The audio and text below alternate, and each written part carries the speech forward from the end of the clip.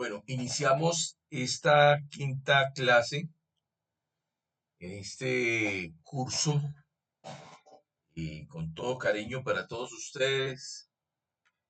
Esperamos que todos coloquen mucha atención. Entonces, iniciamos con un módulo donde les di algunos tips, algunos consejos y luego dijimos que íbamos a ver eh, unos conceptos generales, abstractos si se quiere, holísticos si se quiere que nos permiten contestar preguntas que no hemos estudiado como tal de una cartilla, de un manual, de una guía, de tantas que ustedes van a tener que auscultar. Y entonces, en ese segundo módulo, hablábamos de lo que consideramos que es el Estado como una forma de organización política y jurídica de la sociedad, es de unos elementos que son población, el territorio y la soberanía.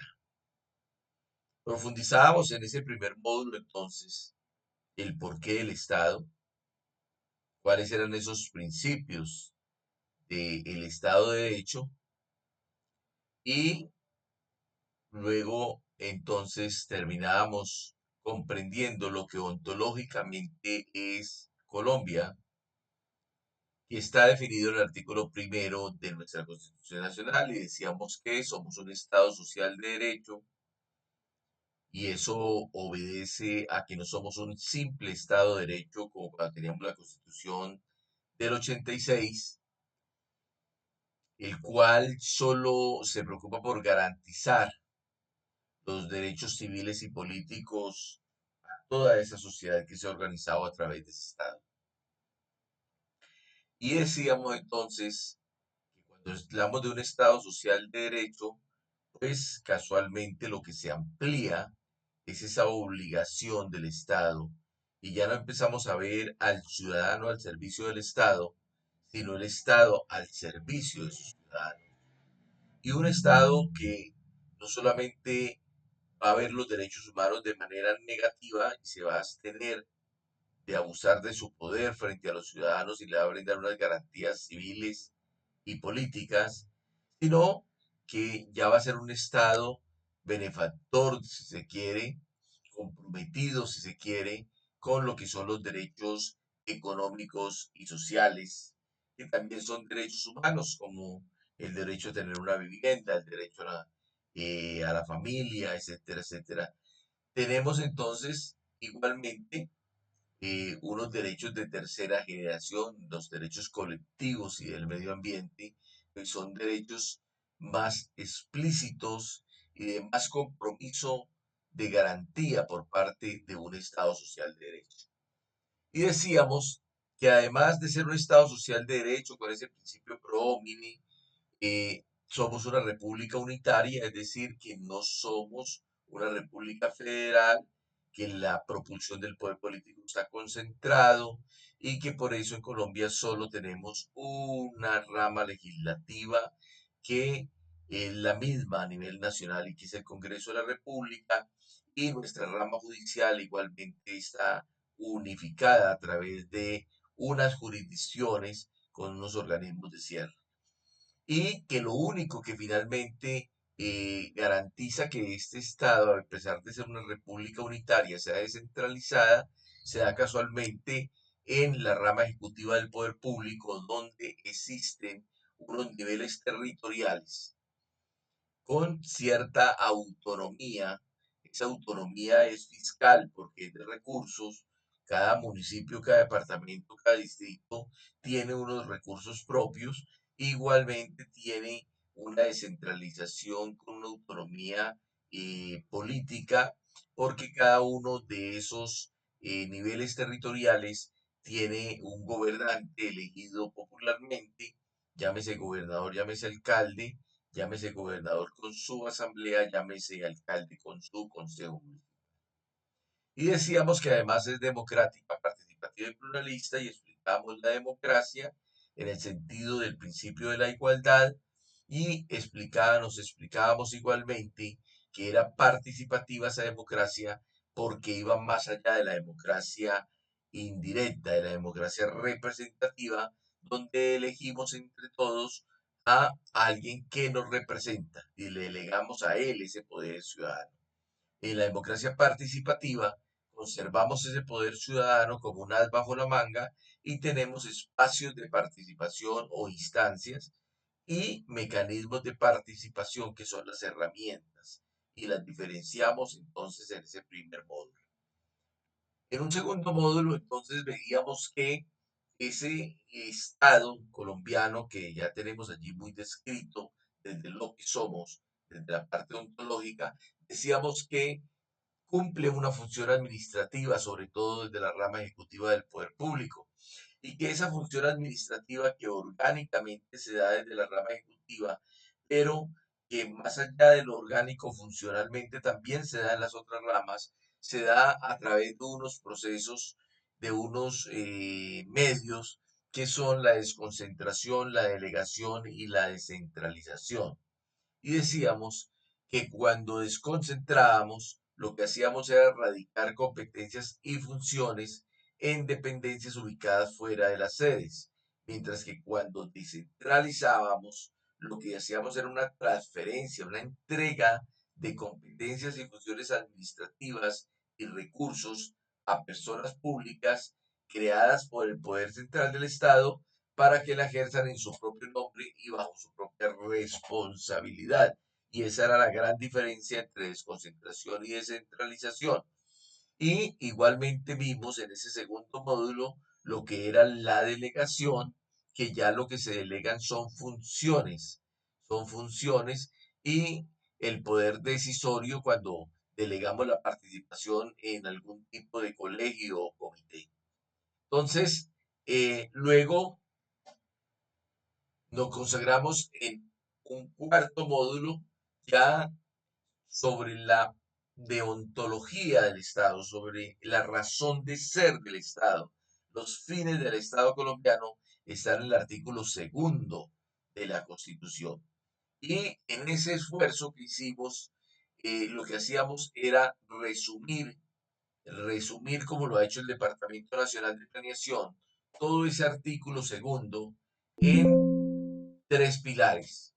Los tres pilares del Estado colombiano pues son garantizar los derechos humanos de primera, segunda y tercera generación, promover el desarrollo integral, porque en el concepto de Estado de la Constitución del 91, pues el Estado, a pesar de ser un Estado social de derecho, no es el único responsable del desarrollo. El desarrollo se viene a dar por la promoción que hace el Estado de él y por la acción del Estado, pero no solamente su acción directa, sino también que allí vienen otros actores, que viene el sector económico, vienen los sectores sociales, a contribuir a generar ese desarrollo integral, tema que vamos a definir en otro módulo. Y fortalecer la democracia participativa y pluralista, porque ese es uno de los grandes fines del Estado, lograr que las personas participen de la vida administrativa y económica del país. Entonces, decíamos igualmente en ese módulo que para garantizar que se cumplan esos fines del Estado, pues el Estado tiene que darse una estructura y esa estructura del Estado la presentábamos entonces desde la web, desde EVA, donde está el manual de la estructura del Estado, que es totalmente interactivo, interactuamos con él en el módulo anterior y presentamos esa estructura del Estado, sobre todo haciendo ver errores que podemos tener al momento de contestar un examen de un concurso. Por ejemplo, antes del 91, nosotros teníamos una rama del poder público, pero esas ramas del poder público no son lo único que tenemos a partir de la Constitución del 91, sino que esta Constitución del 91 se ocupó por definir otros órganos independientes que no hacen parte de las ramas del poder público.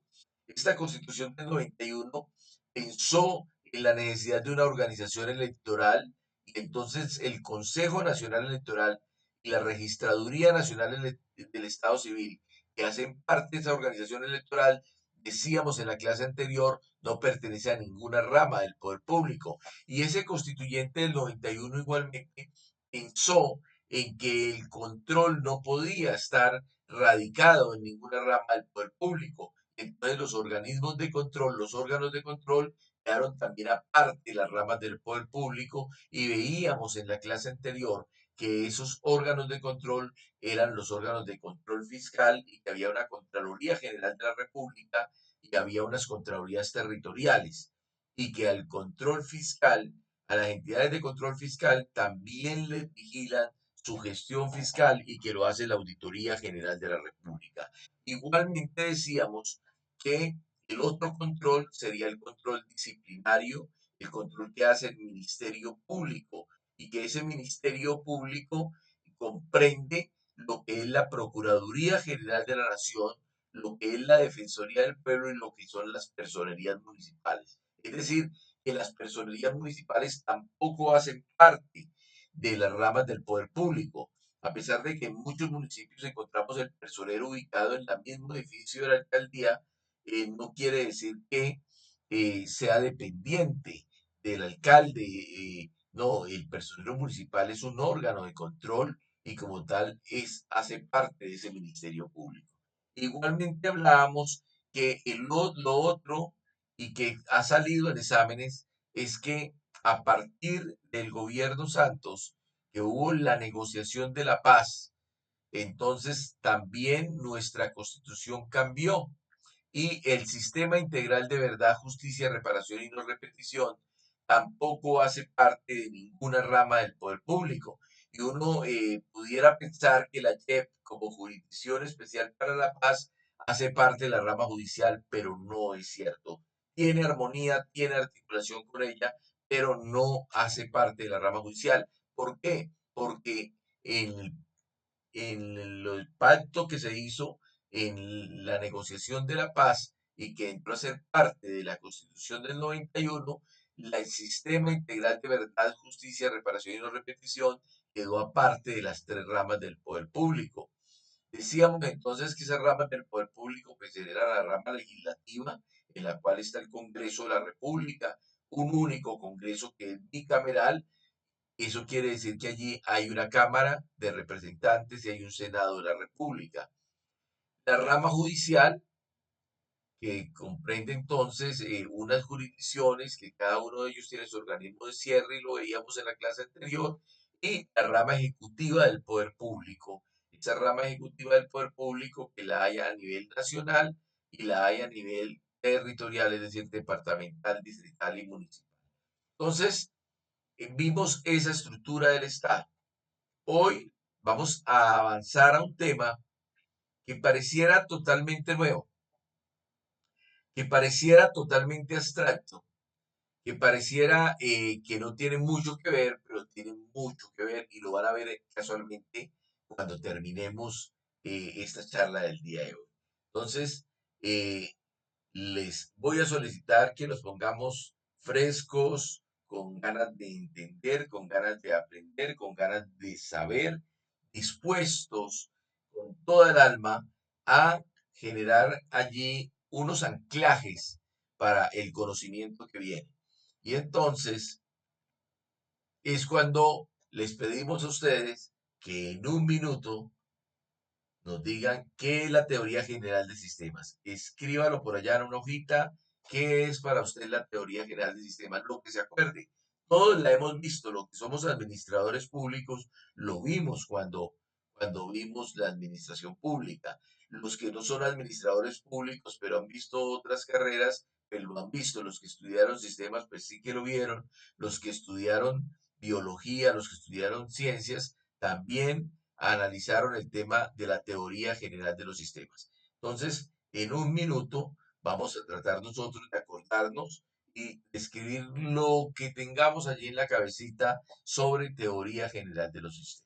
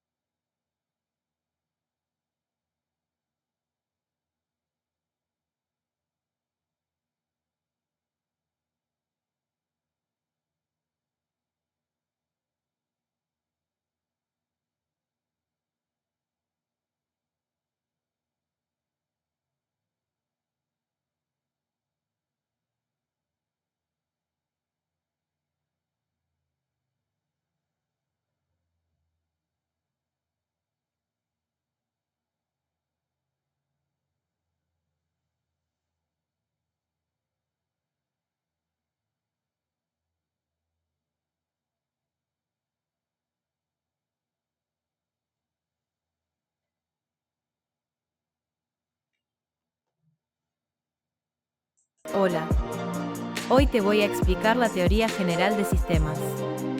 En pocas palabras, esta teoría nos dice que todo en el universo está interconectado y forma parte de un sistema mayor. Desde una célula hasta una empresa, todo funciona en conjunto. Imagina un rompecabezas donde cada pieza es crucial para ver el cuadro completo. Así es la teoría general de sistemas, todo encaja. La teoría general de los sistemas es un esfuerzo de estudio interdisciplinario aplicable a todas las ciencias en general y de alguna manera que trata de encontrar las propiedades comunes a entidades. Los sistemas se presentan en todos los niveles de la realidad, pero que son objeto de disciplinas académicas diferentes. Su puesta en marcha se atribuye a Ludwig von Bertalanffy. La teoría general de sistemas aparece como una metateoría, una teoría de teorías, que partiendo de lo muy abstracto, busca reglas de valor general aplicables a cualquier sistema y en cualquier nivel de la realidad. Eso de buscar eh, que sea aplicable a cualquier ciencia, a cualquier campo, se llama isomorfismo.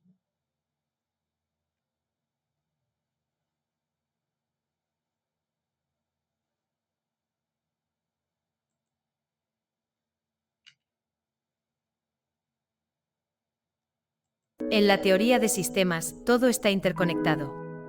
Las tres premisas básicas son: la totalidad, donde el todo es más que la suma de sus partes; la interrelación, que destaca las conexiones entre los elementos; y la finalidad, que se enfoca en los objetivos y propósitos del sistema. Recuerda, en el mundo de los sistemas, todo cuenta.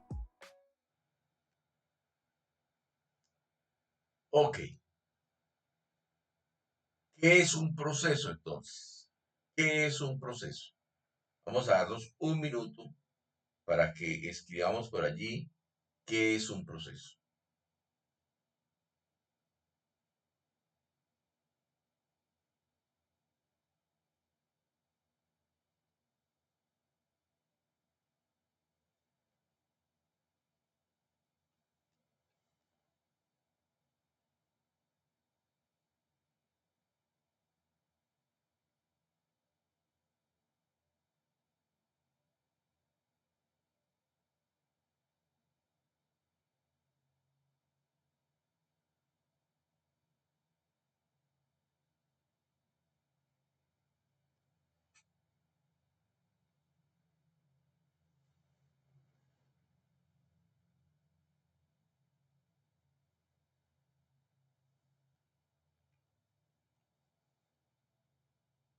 En la teoría general de sistemas, las entradas son clave. Tenemos las entradas aleatorias, como un golpe de suerte inesperado. Las entradas en serie, una tras otra, como fichas de dominó cayendo. Y las de retroacción, donde la salida influye en la entrada, como un eco que vuelve. Así de fascinante es el mundo de las entradas en sistemas. Entonces tenemos que un sistema es un conjunto organizado de cosas o partes interactuantes e interdependientes que forman un todo unitario y complejo. ¿Cuál es la condición allí? Que las partes no las vamos a ver de manera física como objetos, sino desde la función que se cumple. De este modo, las cosas o partes pasan a ser funciones básicas realizadas por los sistemas. Esas partes de un sistema, entonces, se pueden enumerar en entradas, procesos y salidas. Las entradas son los ingresos del sistema, que pueden ser recursos materiales, recursos humanos, información. Las entradas constituyen la fuerza de arranque que suministra al sistema sus necesidades operativas. Esas entradas se pueden dar en serie, son el resultado o la salida de un sistema anterior con el cual el sistema en estudio está relacionado en forma directa o aleatoria. Las entradas aleatorias representan entradas potenciales para un sistema de retroacción. es la reintroducción de una parte de salida del sistema en sí mismo, es retroalimentación, es volver a consumir algo que produjo como salida del propio sistema y ahorita vuelve y lo ingresa. Entonces, un proceso realmente es lo que transforma un conjunto de entradas en salidas. Un conjunto de entradas en salidas. Entradas que se pueden dar en serie, aleatoria o de manera de retroacción o retroalimentación. Hola. En la teoría general de los sistemas, un proceso es como una caja que puede ser blanca o negra. Cuando es una caja blanca, podemos ver claramente cómo funciona, como un reloj con sus engranajes al descubierto. En cambio, cuando es una caja negra, solo conocemos las entradas y salidas, sin saber qué sucede adentro. Es como un control remoto, presionamos un botón y la TV enciende, pero no vemos cómo funciona. Así de simple. Entonces, cuando nosotros mismos diseñamos un sistema, por ejemplo, en la parte administrativa, pues siempre vamos a hablar de cajas blancas. ¿Por qué? Porque conocemos cómo se da todo el proceso, ¿sí? Pero en la vida, en diferentes espacios, también existen cajas negras. Conocemos qué ingresa, qué sale, pero desconocemos cómo es el proceso de transformación, ¿sí? De cierta manera, cuando hablamos, por ejemplo, de auditorías internas, las que hacemos nosotros dentro del modelo integrado de planeación y gestión, o de auditorías externas, como las que nos hace la Contraloría, entonces nosotros podemos decir que a veces para el auditor nuestro proceso es una caja negra. De cierta manera, por eso él va a recurrir a herramientas como Tascoy, que vamos a hablar de ella aquí en otro módulo, y para poder conocer porque para él ese proceso sería como una caja negra. Pueda que sepa qué ingresa y qué sale, pero tiene que conocer qué transforma y cómo lo transforma, porque el proceso lo que hace es transformar esos insumos o entradas en esas salidas o productos. Entonces nosotros tenemos que tener claridad muy, pero muy especial de cómo funcionan los sistemas. Proceso es lo que transforma entonces una entrada en salida, como tal puede ser una máquina, un individuo, una computadora, un producto químico, una tarea realizada por un miembro de la organización. En la transformación de entradas y salidas debemos saber siempre cómo se efectúa esa transformación. Con frecuencia, el procesador puede ser diseñado por el administrador. En el caso de ese proceso se denomina.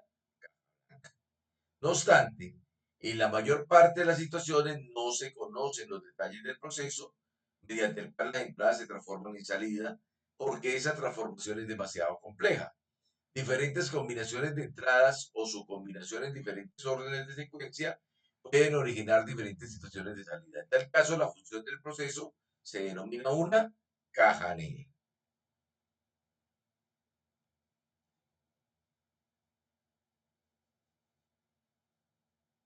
En el ámbito administrativo, la teoría general de sistemas es clave. Desde la planificación estratégica hasta la gestión de recursos, todo se interconecta como un sistema. Por ejemplo, la contratación de personal, la logística de distribución y el control de calidad son salidas que se benefician de esta perspectiva sistémica. Recuerda, cada acción tiene un impacto en todo el sistema.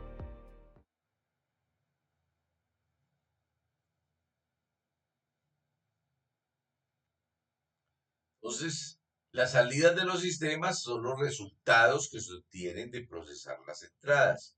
Al igual que las entradas, estas pueden adoptar la forma de productos, servicios e información. Las mismas son el resultado de funcionamiento del sistema o alternativamente el propósito para el cual existe el sistema. Las salidas de un sistema se convierten en entrada de otro, que la procesará para convertirla en otra salida, repitiéndose este ciclo indefinidamente. Así se dan las cosas en los sistemas.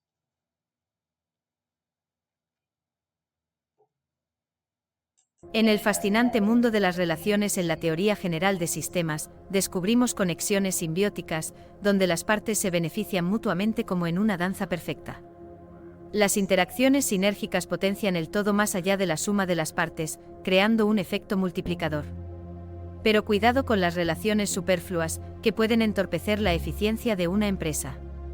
Recuerda, en el equilibrio de estas relaciones radica el éxito empresarial. Entonces, recuerden ustedes que una cosa que hacemos nosotros constantemente es ir reduciendo el nivel de complejidad, ¿sí? Entonces, como todo es sistemático, como hablamos de sistemas, al interior de los sistemas pueden haber más sistemas, es decir, pueden haber unos subsistemas, y al interior de esos subsistemas se dan procesos. Entonces nosotros, de manera análoga, hablamos de macroprocesos, procesos, subprocesos, procedimientos, ¿sí? Que finalmente allí lo que hay es una mirada sistémica. Ahora, esos procedimientos, por ejemplo, tomando el caso de la planeación estratégica y de los procedimientos, entonces nosotros decimos que los procesos tienen adentro unos procedimientos y esos procedimientos se comunican, se relacionan, ¿sí? Lo mismo que pasa a nivel más macro. Los procesos igualmente tienen relaciones. Algunos consumen incluso lo que el otro produce. Es decir, no siempre los insumos, no siempre lo que consume un sistema es externo. Entonces, muchas veces nosotros en algunos procedimientos, por decir algo, por eso no tenemos clientes externos, sino clientes internos. Alguien nos provee a nosotros lo que nosotros producimos. Entonces, es importante entender que siempre van a haber unas relaciones. Ahora, esas relaciones en los sistemas, decíamos que pueden ser de tres En el tipos. fascinante mundo de las relaciones en ¿Sí? la teoría general de Pueden ser sistemas, descubrimos relaciones conexiones simbióticas. simbióticas, donde las partes se benefician mutuamente como en una danza perfecta. Entonces, ¿qué es una relación simbiótica? Es una relación donde los dos dependen el uno del otro. Es decir, en un símil, si un sistema muere, otro que tiene con él una relación simbiótica también moriría, porque se necesitan, porque ambos, entre los dos, hacen una danza perfecta, hacen una relación perfecta. Aquí estamos hablando de una relación simbiótica. Pero también Las interacciones sinérgicas potencian el todo pueden más ser allá de la suma de las sinérgicas. partes. Cuando hablamos de una relación sinérgica, estamos hablando de relaciones en las cuales la suma de lo que producen allí, esos dos sistemas interconectados, no es igual a la suma matemática que nosotros haríamos, sino que es mucho más porque se da un proceso allí de sinergia, de producción más allá del uno más uno da 2, sino uno más uno da 3. Entonces, igualmente, tenemos relaciones superfluas, es decir, que no ni ponen ni quitan, pero sí se dan. Y esas relaciones también se dan en los sistemas. Es necesario entonces que nosotros identifiquemos relaciones como enlaces que vinculan entre sí a los objetos o sus sistemas que componen todo un sistema complejo. Y que entendamos muy bien que allí van a haber relaciones simbióticas, es aquella en que los sistemas conectados no pueden seguir funcionando solos, a su vez puede dividirse en unipolar o parasitaria, que es cuando un sistema parásito no puede vivir sin el otro sistema planta, o bipolar, que es cuando ambos dependen entre sí. Pero cuando hablamos de una relación simbiótica, estamos hablando de una relación que se da totalmente con algún grado de dependencia. Sinérgica es una relación que no es necesaria para el funcionamiento, pero que resulta útil, ya que su desempeño mejora sustancialmente al desempeño del sistema. Sinergia significa acción combinada. Sin embargo, para la teoría de los sistemas, el término significa algo más que el esfuerzo cooperativo. en las relaciones sinérgicas, la acción cooperativa de sus sistemas semi-independientes, tomados en forma conjunta, origina un producto total mayor que la suma de sus productos tomados de una manera independiente. Y hablamos de relaciones superfluas, son las que se repiten otras relaciones. La razón de las relaciones superfluas es la confiabilidad. ¿Por qué se dan? Por la confiabilidad. Las relaciones superfluas aumentan la probabilidad de que un sistema funcione todo el tiempo y no una parte del mismo. Estas relaciones tienen un problema que es su costo, que se suma al costo del sistema, que sin ellas podría funcionar. Entonces, ¿por qué es importante que ustedes hayan entendido, repasen, comprendan la teoría general de los sistemas? Porque en la administración pública y en la función pública vamos a tener entonces que aplicar ese enfoque, esa forma de entender las relaciones de las partes desde un enfoque sistémico, porque nosotros vamos a ver. En la teoría general de sistemas, todo está conectado. El ambiente influye en todo, al igual que la energía que fluye a través de los sistemas. La entropía es el desorden inevitable, pero la negentropía es el orden que lucha contra él. Y la homeostasis es el equilibrio vital que mantiene todo en armonía. Así que recuerda, somos parte de un sistema interconectado donde cada pieza importa.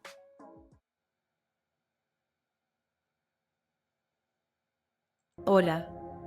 Hoy te voy a explicar qué es un modelo en la teoría general de sistemas.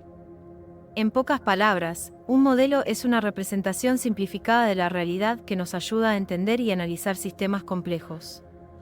Imagínalo como un mapa que nos guía a través de un laberinto. Con un modelo, podemos predecir, planificar y tomar decisiones de manera más efectiva. Así que ya sabes, un modelo es la clave para desentrañar la complejidad. Ok.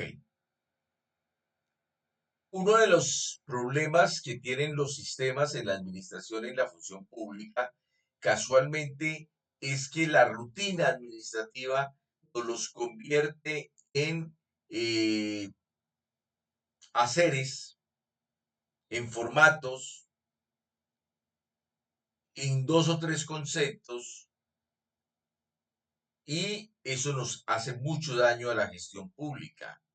En el caso nuestro, nos hace mucho más daño cuando hablamos del concurso de méritos. ¿Por qué? Porque cuando el profesor hace la pregunta ya de modelo integrado de planeación y gestión, él tiene la idea que usted, ese modelo integrado de planeación y gestión, ¿sí? Lo tiene interiorizado como lo que es realmente un modelo, ¿sí? Hola.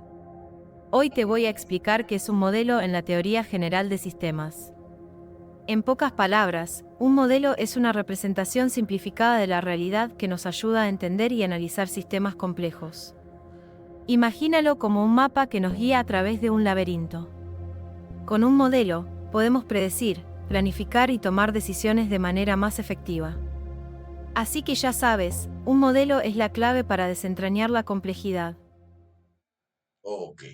Entonces, eso que es tan complejo que es la función administrativa, hoy se realiza a través de un modelo.